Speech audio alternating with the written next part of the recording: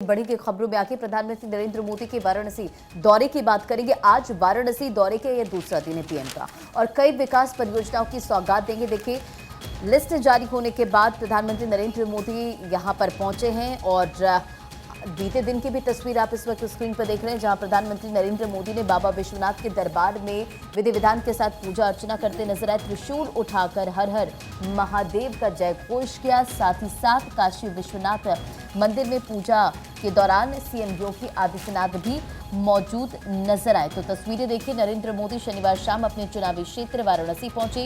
लोकसभा चुनाव में प्रत्याशी घोषित होने के बाद पीएम नरेंद्र मोदी का ये पहला दौरा है और आज भी कई बड़ी सौगात प्रधानमंत्री नरेंद्र मोदी देंगे। उन्होंने काशी विश्वनाथ मंदिर में तीसरी बार विजय की कामना की और पोषोपचार पूजन किया, जिसकी तस्वीर आपकी स्क्रीन पर 5 अलग अलग तस्वीरों के जरिए देखिए किस तरह से प्रधानमंत्री नरेंद्र मोदी यूपी के वाराणसी पहुंचे और बाबा विश्वनाथ के दर्शन पूजन के साथ रोड शो करते नजर आए। रोड शो के दौरान लोगों में काफी ज्यादा उत्साह नजर आया। तो तीसरी तस्वीर देखिए, प्रधानमंत्री नरेंद्र मोदी तीसरी बार विजय की कामना से पहले पोषोपचार पूजन करते हुए नजर आए। देश की प्रगति के लिए भगवान शिव का आशीर्वाद दिया और पूजा के बाद बाबा भोलेनाथ के दर्शन पूजन के बाद मंदिर के अर्चक ने प्रधानमंत्री नरेंद्र मोदी को श्रृंगार मुकुट पहनाया।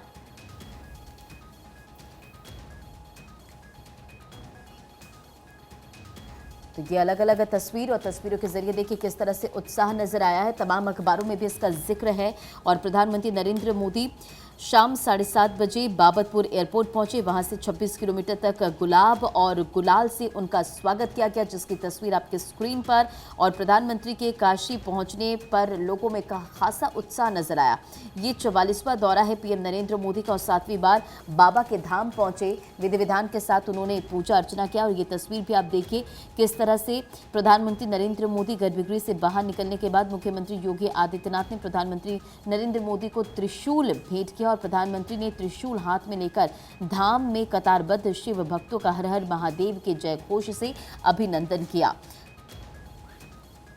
खबर पर अधिक अपडेट के साथ संवाददाता हरेंद्र शुक्ला हमारे साथ जुड़ गए। हरेंद्र, ये तस्वीरें हम देख पा रहे हैं बाबा विश्वनाथ के दर्शन पूजन के साथ त्रिशूल उठाकर अभिवादन करते हुए प्रधानमंत्री नरेंद्र मोदी, और आज इस दौरे का दूसरा दिन है। करोड़ों की सौगात देते हुए नजर आएंगे पीएम, क्या अपडेट है? देखिए, बाबा श्री काशी विश्वनाथ मंदिर में के इतिहास में पहली बार हुआ है कि 4 फीट लंबी त्रिशूल, जिसमें डमरू शंख सारे चीजों से सुसज्जित था, उसको मंदिर प्रबंधन की ओर से प्रधानमंत्री नरेंद्र मोदी ने को सीएम योगी आदित्यनाथ ने कल रात को भेंट किया। और आज इस समय प्रधानमंत्री नरेंद्र मोदी बरेका गेस्ट हाउस में है। वो अपनी दिनचर्या योगा वगैरह करने के बाद और ठीक 8:15 बजे भारतीय जनता पार्टी के विशिष्ट जनों से और वाराणसी के विशिष्ट लोगों से वो भेंट करेंगे। और खास तौर पे माना जा रहा है कि वो पूर्वांचल में लोकसभा चुनाव के मद्देनजर अपने भाजपा के वरिष्ठ पदाधिकारियों को जीत का वो मंत्र भी देंगे।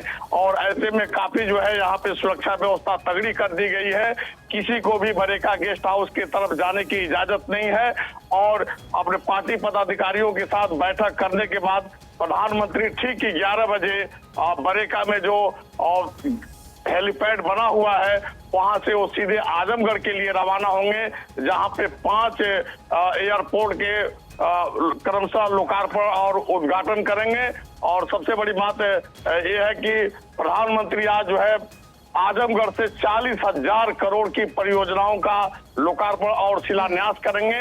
और ये समझा जा रहा है कि लोकसभा चुनाव के मद्देनजर ये सारी तैयारी की जा रही है। बिल्कुल हरेंद्र, आपने सही कहा। फिलहाल बहुत बहुत शुक्रिया तमाम जानकारी देने के लिए। नजरें आप बनाए रखिएगा, पल पल की अपडेट आपसे लेते रहेंगे। आगे बढ़ते हैं, बात झारखंड की कर लेते हैं। झारखंड की खूंटी में 3 सड़कों का शिलान्यास केंद्रीय मंत्री नितिन गडकरी करेंगे। इन सड़कों का शिलान्यास वीडियो कॉन्फ्रेंसिंग से सड़कों का शिलान्यास किया जाना है। लगातार सड़कों पर काम किया जा रहा है, बेहतर कनेक्टिविटी हो, लोगों को बेहतर सुविधा मिले, इसके लिए आप देखिए सड़कों का निर्माण किया जा रहा है। और आज 3 सड़कें कही जा रही हैं जो खूंटी में बनी है, उनका शिलान्यास खुद नितिन गडकरी करेंगे। केंद्रीय मंत्री नितिन गडकरी इन सड़कों का शिलान्यास करेंगे। वीडियो कॉन्फ्रेंसिंग के जरिए सड़कों का शिलान्यास किया जाएगा। पूजा और आगे बढ़ते हैं, बात करेंगे उत्तर प्रदेश के मुख्यमंत्री योगी आदित्यनाथ की देवरिया दौरे पर हैं आज और 600 करोड़ की परियोजनाओं की सौगात भी देने वाले हैं। चीनी मिल मैदान के कार्यक्रम को संबोधित भी करेंगे इस मौके पर उत्तर प्रदेश के मुख्यमंत्री योगी आदित्यनाथ। तो देखिए, चुनाव सर पर है और धुआंधार प्रचार चल रहा है अभी से ही। लगातार आप देख रहे हैं कि पार्टी के लिए जीत सुनिश्चित करने के प्रयास पर पार्टी करती हुई नजर आ रही है। इस बीच उत्तर प्रदेश में भी लगातार कई विकास परियोजनाएं आप देख रहे हैं कि आर्य प्रधानमंत्री मोदी पहुंचे तो वो भी अपने साथ हजारों करोड़ की सौगात लेकर पहुंचे। और उत्तर प्रदेश के मुख्यमंत्री योगी आदित्यनाथ लगातार जो विकास परियोजना है उनकी सौगात उत्तर प्रदेश वासियों को दे रहे हैं। उत्तर प्रदेश के अलग अलग कोनों में लगातार पहुंच रहे हैं। इस बार देवरिया के दौरे पर तो 600 करोड़ की परियोजनाओं की सौगात लेकर अपने साथ पहुंच रहे हैं उत्तर प्रदेश के मुख्यमंत्री Yogi Adityanath.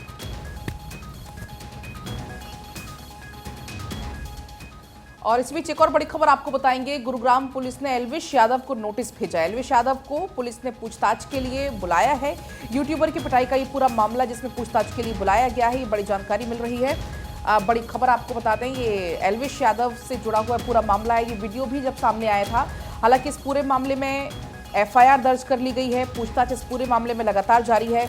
Gurugram police action mode में नजर आ रही है। लगातार एल्विश यादव की मुश्किलें बढ़ती हुई नजर आ रही हैं। पिटाई का ये पूरा मामला है जिसमें अब पूछताछ एल्विश यादव से होगी।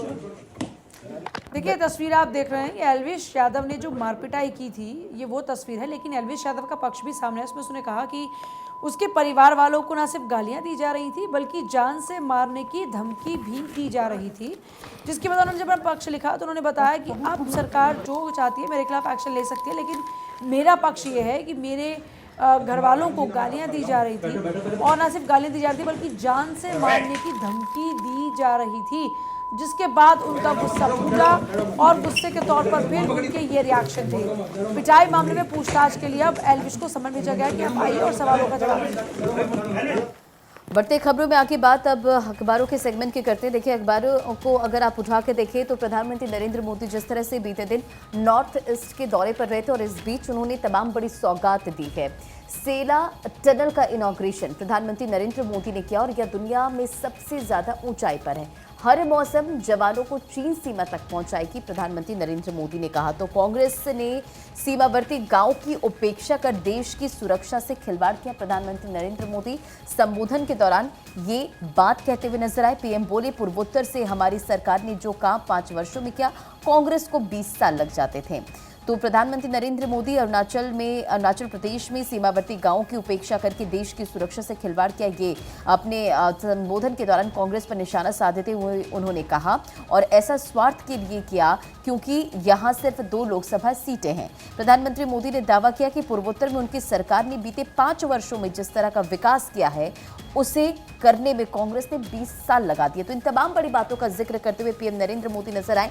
साथ ही साथ आपको बताते चले कि अरुणाचल प्रदेश में 13,000 फुट की ऊंचाई पर बनी सेला सुरंग राष्ट्र को समर्पित प्रधानमंत्री मोदी ने किया बीते दिन। और राजनीतिक रूप से अहम यह सुरंग तवांग को हर मौसम में कनेक्टिविटी प्रदान करेगी और इससे सीमांत क्षेत्र में सैनिकों को बेहतर आवाजाही इससे सुनिश्चित हो सकेगी। साथ ही साथ असम के तेजपुर को अरुणाचल प्रदेश के पश्चिम कामेंग जिले से जोड़ने वाली सड़क पर बनी सुरंग को इतनी ऊंचाई पर दुनिया की सबसे लंबी डबल लेन सड़क सुरंग माना जा रहा है। साथ ही साथ आपको ये भी जानकारी देते चले कि इसे 825 करोड़ रुपए से बनाया गया। प्रधानमंत्री नरेंद्र मोदी ने रक्षा कर्मियों से वादा किया कि वह अगले कार्यकाल में इस सुरंग में उनसे मिलने आएंगे। यानी कि एक बड़ी लागत से इस टनल को तैयार किया गया है और अरुणाचल में ये सेला टनल है जिसके जरिए अब जो सैनिक है उनको बहुत ज़्यादा लाभ होगा, सहूलियत होगी। आगे बढ़ेंगे। बीजेपी ने किया है 7 नामों का ऐलान।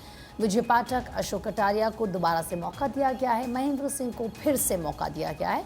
मोहित बेनीवाल, संतोष सिंह ये नए चेहरे हैं। धर्मेंद्र सिंह, राम तीरथ सिंगल भी नए चेहरे हैं। तो 7 नए कैंडिडेट्स जिनका ऐलान बीजेपी की तरफ से किया गया, उसमें कौन से वो चेहरे जिनको एक बार फिर से मौका दिया गया और कौन से वो नए चेहरे जिनको पहली बार मौका दिया गया है। 7 नामों के ऐलान के साथ बीजेपी ने 7 चेहरे दरअसल सामने ला दिए हैं। इसमें कुछ पुराने तो कुछ नए।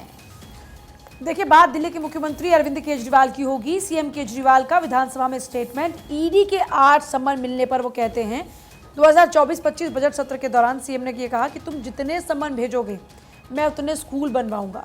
और ये कोई पहला मौका नहीं है। आपको याद होगा सत्येंद्र जैन की गिरफ्तारी से लेकर मनीष सिसोदिया की गिरफ्तारी, उसके बाद में बात चाहे अरविंद केजरीवाल पर आ गई हो।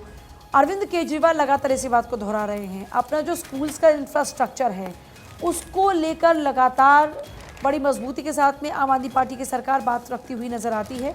अब अरविंद केजरीवाल कह रहे कि तुम जितने समन भेजोगे मैं उतने स्कूल बनवाऊंगा। पलक बढ़ते खबरों में आखिर अगली बड़ी खबर आपको बताते चले। देखिए, बीते दिन एक खबर आई थी कठुआ हादसे के फिरोजपुर मंडल का ऐलान और बिना गार्ड नहीं चलेगी मालगाड़ी। 7 गुड्स ट्रेन मैनेजर का चयन हुआ है और ट्रेनिंग के बाद इसकी तैनाती कर दी जाएगी। तो बड़ी खबर आपको बता रहे, कठुआ हादसे के बाद फिरोजपुर मंडल का ऐलान कर दिया गया और 60 गुड्स ट्रेन मैनेजर का चयन किया गया है। ट्रेनिंग के बाद इनकी तैनाती की जाएगी ताकि कोई हादसा ना हो, हादसे से बचा जा सके। बिना गार्ड नहीं चलेगी मालगाड़ी, ये बड़ी जानकारी है और इसे लेकर अब एक ऐलान 7 गुड्स ट्रेन के मैनेजर की तैनाती अब की जाएगी। बिल्कुल, और ऐसे में देखिए किस तरीके से कोशिश है कि जो हादसे हैं वो ना हो, और इसी के मद्देनज़र ये बड़ा फैसला लिया गया। आगे बढ़ते हैं। बसपा का अकेले चुनाव लड़ने का फैसला अटल है। बीएसपी सुप्रीमो मायावती का स्टेटमेंट सामने आया है। गठबंधन तीसरा मोर्चा बनाने की अफवाह ना फैलाई जाए। यूपी में बीएसपी मजबूत है, मायावती की तरफ से कहा गया। वो ये कह रही हैं कि वो अकेले ही चुनाव लड़ेंगी और उनका ये फैसला अटल है।